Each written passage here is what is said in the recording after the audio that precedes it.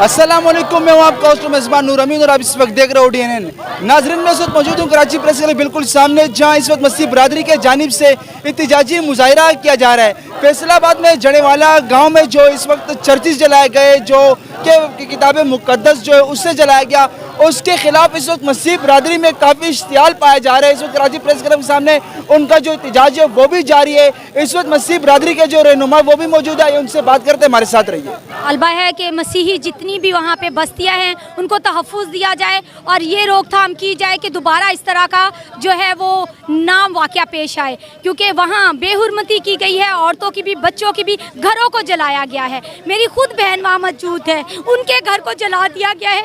मेरी अपनी बहन वहाँ मौजूद है, वो घर छोड़कर जा चुके हैं। हम किससे ये मुतालबा करें, हम किससे इंसाफ मांगे कि हमारे घरों को ही जलाया जा रहा है, हमारे घरों को ही तबाह किया जा रहा है। आप लाएं तो सही उस बंदे को सामने के सच है भी कि नहीं है।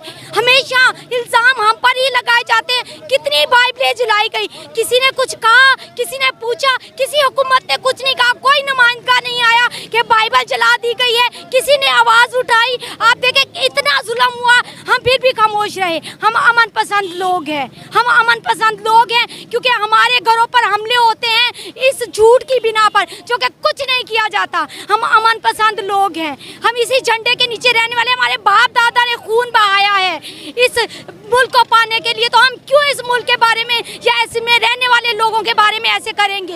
ये इल्ज़ाम है और इस इल्ज़ाम को ख़त्म किया जाए, इस सारी दहशतगर्दी को ख़त्म किया जाए। आप बताएं वहाँ पर कितने बच्चे होंगे, उन घरों में कितनी औरतें होंगी जो भागी होंगी ऐसे ही दुपट्टों समेत।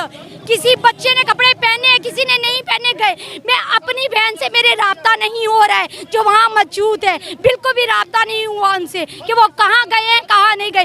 कब तक हमें इसी तरह पीसना पड़ेगा? इसलिए कि हम अक़लियत हैं, कोई भी उठकर हम पर इल्ज़ाम लगा देगा, हमारी बाइबल को जला देगा, हमारे गिरजाघरों को जला देगा, हमारी बस्तियों को जला देगा। कब तक हमें इंसाफ नहीं मिलेगा? सबको तहफ़्फ़ुज़ देता है। रसूल सल्लल्लाहु अलैहि वसल्लम की जो रियासत मदीना में थी, उसमें मसीह भी रहते थे, उसमें यहूदी भी रहते थे, उसमें और गैर मुस्लिम भी रहते थे।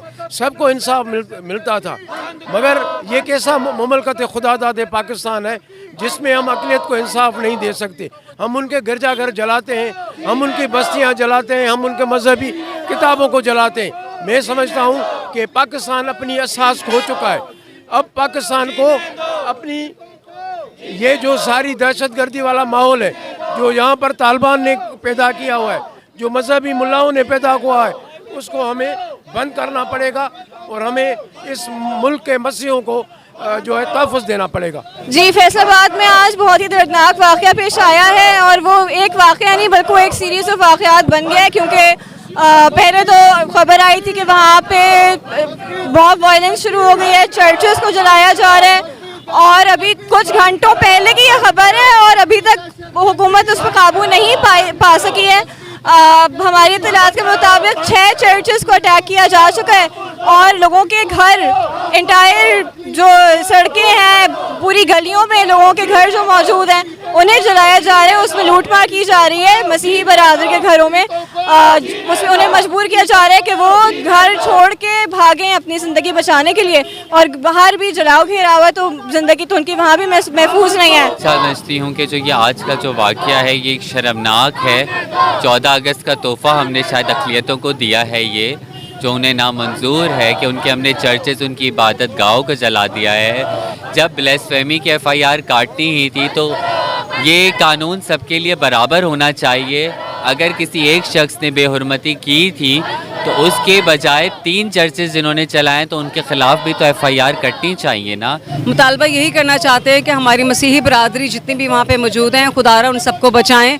हमारे जो मुक़द्दस मकामात हैं, हमारे चर्चेज़ हैं, हमारी मसीही चीज़ें हैं, उनको जलाया जा रहा है, रोंदा जा रहा है, तो ये कोई इंसानियत तो नहीं है।